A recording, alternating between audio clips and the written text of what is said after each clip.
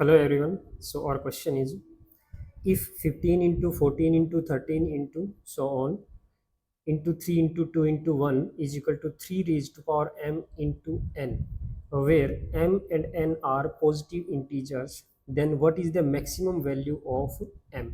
So student, question में given है कि 15 into 14 into 13 and so on up to 3 into 2 into 1. This is equal to 3 raised to power m into n, where m and n are positive integers. Okay, so you have to calculate the maximum value of m. So student देखिए, ये जो आपको product given है तो ये क्या है actually 15 से 1 तक सभी इंटीजर्स को मल्टीप्लाई किया गया है. It means this is 15 factorial. और आप अच्छे से जानते हैं कि 15 फैक्टोरियल क्या होता है. तो किसी भी फैक्टोरियल नंबर में, जैसे कि ये 15 फैक्टोरियल है, किसी भी फैक्टोरियल नंबर में जो प्राइम फैक्टर्स होते हैं, जैसे कि 3 एक प्राइम फैक्टर है, 2 एक प्राइम फैक्टर है, 5 एक प्राइम फैक्टर है, तो उनकी जो मैक्सिमम पावर है वो कैसे कैलकुलेट करते हैं. देखो, जैसे कि अगर आपको 3 की मैक्सिमम पावर कैलकुलेट करनी है तो आप कैसे करोगे. जैसे कि 15 फैक्टोरियल में 3 की मैक्सिमम पावर कैलकुलेट करनी है तो आप जस्ट इसको क्या करोगे, 15 को 3 से सक्सेसफुली डिवाइड करोगे और जो भी ग्रेटेस्ट इंटीजर आएगा उन सभी ग्रेटेस्ट इंटीजर को ऐड कर लोगे. अब पहली बात तो ये कि अब जब इनको डिवाइड करेंगे, ग्रेटेस्ट इंटीजर निकाल रहे हैं तो हमें ग्रेटेस्ट इंटीजर का पता होना चाहिए कि क्या होता है. एक्चुअली ग्रेटेस्ट इंटीजर क्या होता है, जैसे अगर मान लिया आपने लिखा है 9.99. ओके, और इसको लिख दिया मैंने ये ब्रैकेट से क्लोज कर दिया.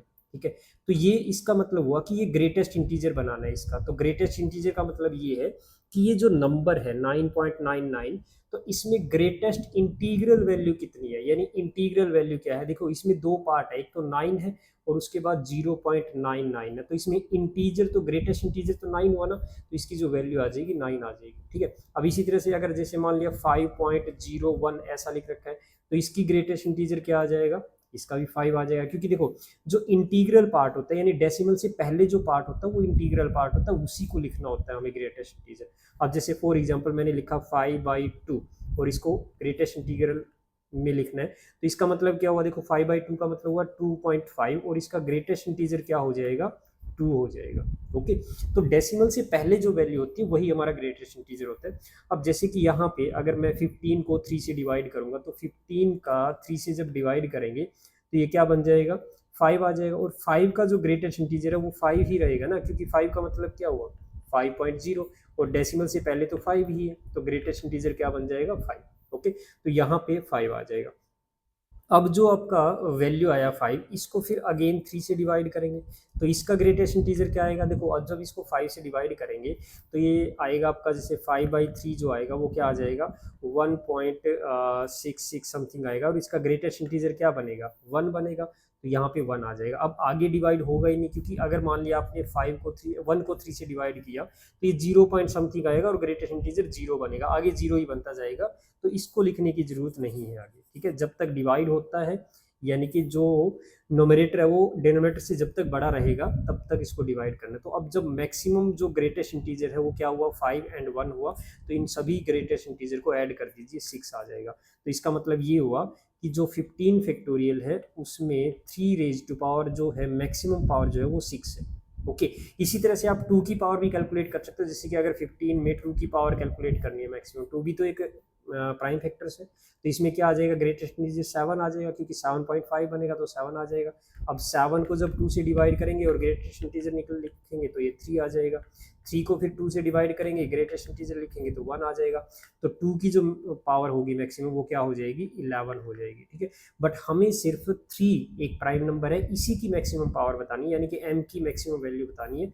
तो ये बन जाएगा 3 और मल्टीप्लाई बाई सम नंबर होगा, क्योंकि ये जो 15 फैक्टोरियल है इसमें जितने भी 13 है वो 3 जो है सॉरी जो 3 जितने भी 3 है वो सभी बाहर निकल के आ गए और उसकी मैक्सिमम पावर क्या होगी 6 हो गई.